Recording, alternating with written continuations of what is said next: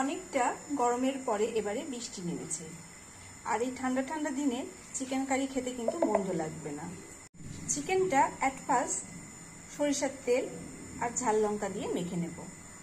চিকেনটা আমি চামচের সাহায্যে মেখে নেব, হাতে মাখলে হাতে ঝাল লাগবে। রান্নাটা করে নিব পুরোপুরি সরিষার তেলে। চিকেনটা মিনিট 15 মতো মেরিনেট করে নিয়েছিলাম।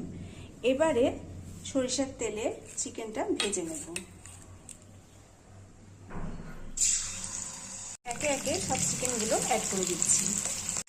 চিকেনগুলো বেশ লাল লাল করে ভাজা হয়ে গেছে। এবারে তেল ঝরিয়ে তুলে নেব। চিকেন ভাজা তেলেই অ্যাড করে দিচ্ছি আলুর টুকরোগুলো, দিয়ে দিচ্ছি পেঁয়াজ কুচি। আপনারা চাইলে আলুটা বাদও দিতে পারেন। পেঁয়াজটা বেশ নরম হয়ে এসেছে। এই পর্যায়ে অ্যাড করে দিচ্ছি টমেটো কুচি, দিয়ে দিচ্ছি আদা রসুন বাটা, মিশিয়ে নেব হালকা হাতে একবার। টমেটো নরম হয়ে আসার পরে দিয়ে দিব বাকি মশলাগুলো। এখানে রয়েছে কাসুরি মেথি, চিনি, হলুদ গুঁড়ো, চিলি ফ্লেক্স, জিরে গুঁড়ো আর স্বাদ অনুযায়ী লবণ। সামান্য জলও অ্যাড করে দিচ্ছি যাতে মশলাটা তলায় ধরে না যায়। মিনিট 5 কষিয়ে নেওয়ার পরে এবারে অ্যাড করে দিচ্ছি ভাজা চিকেনগুলো। আরও বেশ খানিকক্ষণ কষিয়ে নেব।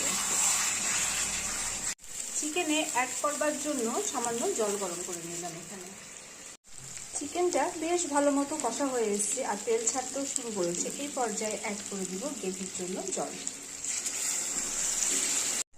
আমার তো লাল লাল ঝাল ঝাল চিকেন কারি অলমোস্ট রেডি।